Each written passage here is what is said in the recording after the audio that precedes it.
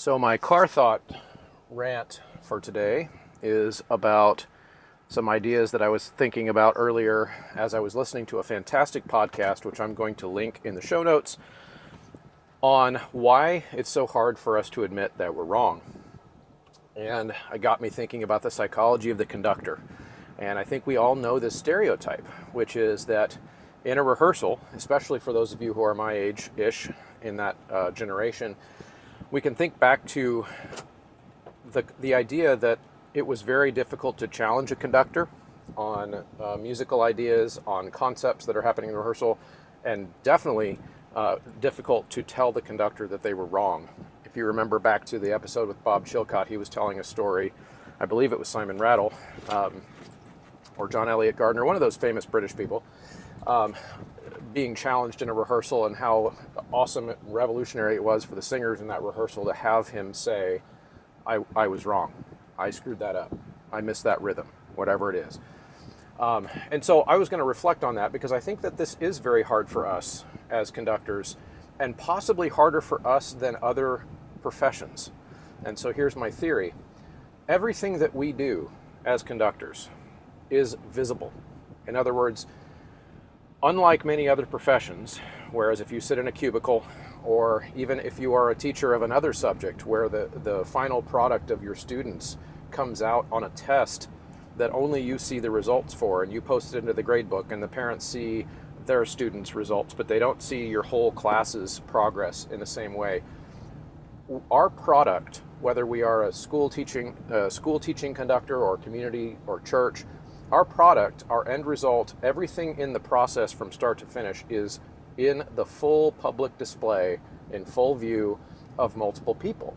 Well, that puts us under a lot of pressure in a way that people who don't do what we do find that very hard to understand. Okay, and so what I'm going to try to convince you of in the next few minutes is that has also caused us to be psychologically different than other people, in the sense that we are incentivized to draw what you could call intellectual fortresses around all of our positions, whether it be musical ones, political ones, religious ones, all these types of things, because it is very difficult for us to have eyes on us all the time and then be seen as wrong. Okay, so I'll start by sharing my own story. I think of myself as somebody who wants to be constantly growing, constantly getting better, and constantly learning whatever it is, right? I'm a voracious reader. I'm constantly doing research on random stuff. Of course, this last year has been a lot of COVID stuff, so I don't sound like an idiot when I talk to COVID experts. I do a lot of reading on social issues because I have a lot of guests that are experts on social issues, and I don't want to sound like an idiot. But before I started doing the podcast, my outside of music study passion was economics. I love reading economics texts. You can call me weird, but I'm super weird. I love to learn, okay? But when I was 25, I thought I was already fully formed and knew everything, okay? So for those of you who are going to hear me talking this about intellectual humility, if you knew me when I was a young, mid-20s person, you're going to laugh and you'll be like, this is the most cocksure, arrogant person I've ever met. Okay, that is sometimes still true, but I'm working on it, and I've made a ton of progress, and one of the ways that I've done that is by constantly reminding myself that it's possible that I'm wrong. Okay, so I had the same conductor problem everyone else does when I was younger, and I still sometimes do, but the self-awareness is awesome because it helps you reflect immediately on the possibility that you're wrong. So in a rehearsal context, that could look like a lot of things. Number one, it could look like you normalizing, to use a currently popular word, normalizing ownership of your mistakes early on in the rehearsal process.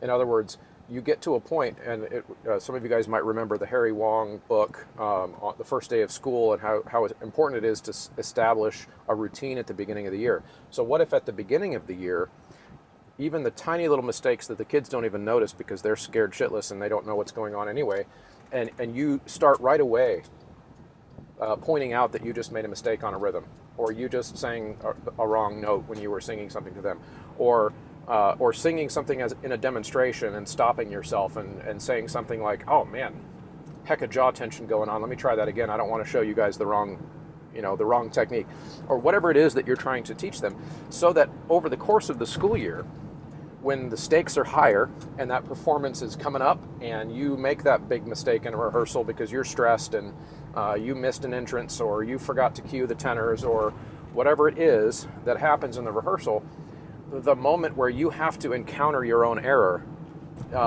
is no longer a point of contention in your rehearsal, because the students and the singers in your choir, adult or child, are so used to that that they're just like, "Oh yeah, he's just going to make a joke about it and we're going to move on," and that also sets an example for them and their own mistakes.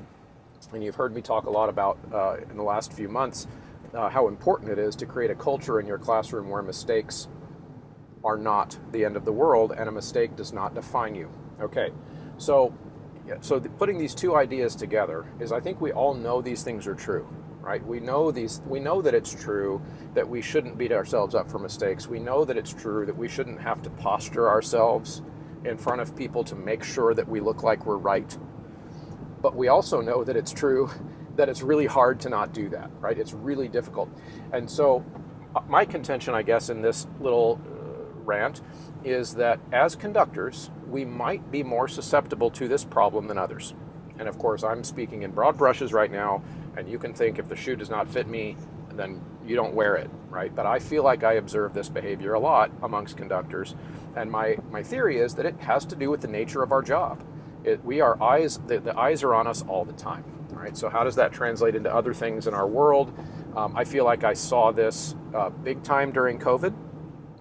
We had choral directors digging their heels in immediately, along political lines, of course, and starting to find identity in their online presence with where they stood on COVID-related issues, and having conversations with them about where the possibility is that you're wrong. It didn't go anywhere, right? Because of course it's important then to be seen as correct when you say things on social media as well, right? What if that culture didn't exist? What if the culture was, "Hey, here's what I think on this topic. Poke holes in this. What am I missing? Because I think X, Y, and Z about COVID, and I'm pretty sure that's right. But you think something different. Why?" What if that were the culture, right? How amazing would that be? I see this happening right now with this boogeyman CRT, critical race theory arguments that are happening on social media. I predicted that a year ago. I said, we're going to have a huge fight over this. And I predicted this a year ago. I did an episode on this. You can find it. It's called How to Not Write Your Cancellation Essay. It had to do with Daniel Elder talking about that in his essay, where he brings up critical theory and different things. Well, I've been studying social issues with academics and talking to them about this for 10 years. I saw this term come up and I started to see immediately, because of the need to show that we're on the right side, that we're going to have people coming out in support of CRT without accurately telling you what it is, and you're going to have people coming out against it without accurately telling you what it is. Now, why does that happen? Because that is what's happening, by the way. 9 out of 10 posts I see with the word CRT in it, it becomes clear right away that that person has no idea what they're talking about in terms of the academic concept that is CRT and what it's not. Okay, so why does that happen?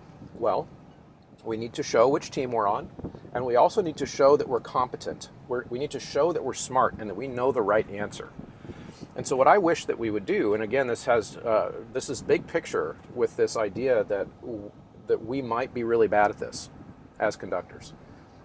And again, there will probably be some people who will listen to this and get really mad because they don't like to be told they're bad at stuff. But again, that would mean that the shoe is fitting you, and you don't like that. Okay, that's fine. The shoe might not be fitting you then. You might feel like you're really intellectually humble and you might be really intellectually flexible. If that's the case, if everyone thinks that it's a good idea for us to be intellectually humble, intellectually flexible, then we have to put forth that posture.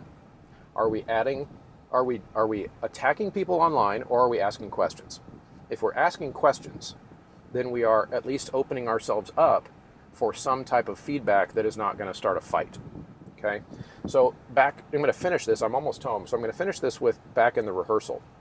What if we adopted the standpoint that in our rehearsal, it doesn't matter whose idea got us to the best sound? What if it didn't matter to you at all that the end result of the choir's performance was not all your product?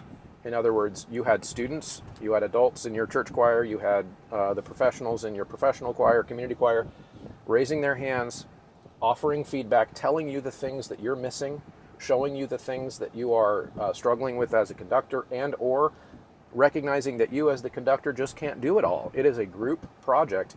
And what if you took your pride in that final performance, not from your genius that poured into the performance, but from the idea that you facilitated at the group to create something?